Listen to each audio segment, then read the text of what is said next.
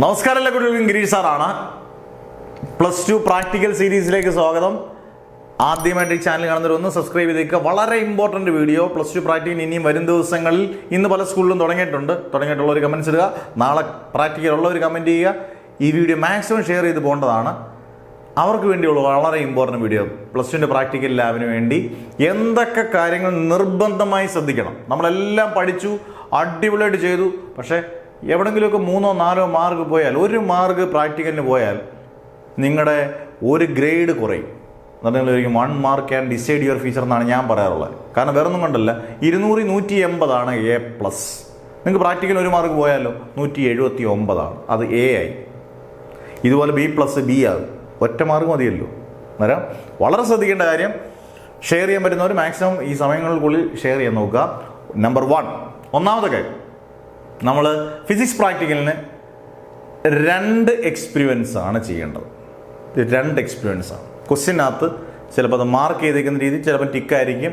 ആ 2 എക്സ്പീരിയൻറ്റ് നിങ്ങൾക്ക്, ഉദാഹരണം എക്സാമ്പിൾ വെർനിയർ കോൺവെക്സ് ലെൻസ്, അല്ലെങ്കിൽ vernier screw gauge concave mirror, ഇങ്ങനെ ഏതെങ്കിലും 2 എണ്ണം, ആ 2 എണ്ണം നമ്മൾ നിർബന്ധമായും ചെയ്തിരിക്കണം.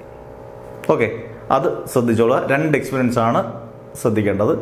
2 എയിം എന്ന് പറയുന്നത് ക്വസ്റ്റ്യനകത്ത് തന്നേക്കുന്നതാണ്. To find the rectangular volume of a rectangular block. അതാണ് എയിം, അതാണ് ക്വസ്റ്റ്യൻ. നമ്മൾ എഴുതേണ്ടത് എന്തൊക്കെ കാര്യങ്ങൾ, ആ പേപ്പറിനകത്ത് എഴുതേണ്ട എന്തൊക്കെ കാര്യങ്ങൾ, ആ ക്വസ്റ്റ്യൻ എഴുതിയിട്ട് ടാബർ കോളം വരയ്ക്കാം. ഇപ്പം MSR, VSR into least count, MSR + VSR into least count വെർനിയറിൻ്റെയാണ്. ടാബർ കോളം വരയ്ക്കാം. ഗ്രാഫ് ഉള്ളതാണെങ്കിൽ ഗ്രാഫ് സ്പെസിഫൈ ചെയ്യാം. UV graph, U along the x-axis, V along the y-axis, ആ ഷേപ്പ് വരയ്ക്കാം. 1/U 1/, ഏതിൻ്റെയാണ് ഗ്രാഫ് ആണെങ്കിൽ ഗ്രാഫിൻ്റെ സ്പെസിഫൈ ചെയ്യാം. ഇനി പ്രൊസീജിയർ വാരി വലിച്ച് എഴുതേണ്ട ആവശ്യമില്ല. ഇക്വേഷൻ നിർബന്ധമായിട്ട് എഴുതുക. ഇപ്പോൾ F = UV/U + V. F focal length, U object distance, V image distance. ആ ക്വസ്റ്റ്യനകത്ത് എന്തൊക്കെ കാര്യങ്ങൾ പറയുന്നത്, ഗ്രാഫ് ഉണ്ടെങ്കിൽ ഗ്രാഫ് നിർബന്ധമായിട്ടും ഒന്ന് വരച്ച് ഷേപ്പ് വരച്ച് ഒന്ന് കാണിക്കുക. ഇത്രയും കാര്യങ്ങൾ വ്യക്തമായിരിക്കണം. ഇനി ശ്രദ്ധിക്കേണ്ട ഒരു കാര്യം, പലരും തെറ്റിക്കുന്ന 2 പ്രധാനപ്പെട്ട കാര്യങ്ങളാണ്.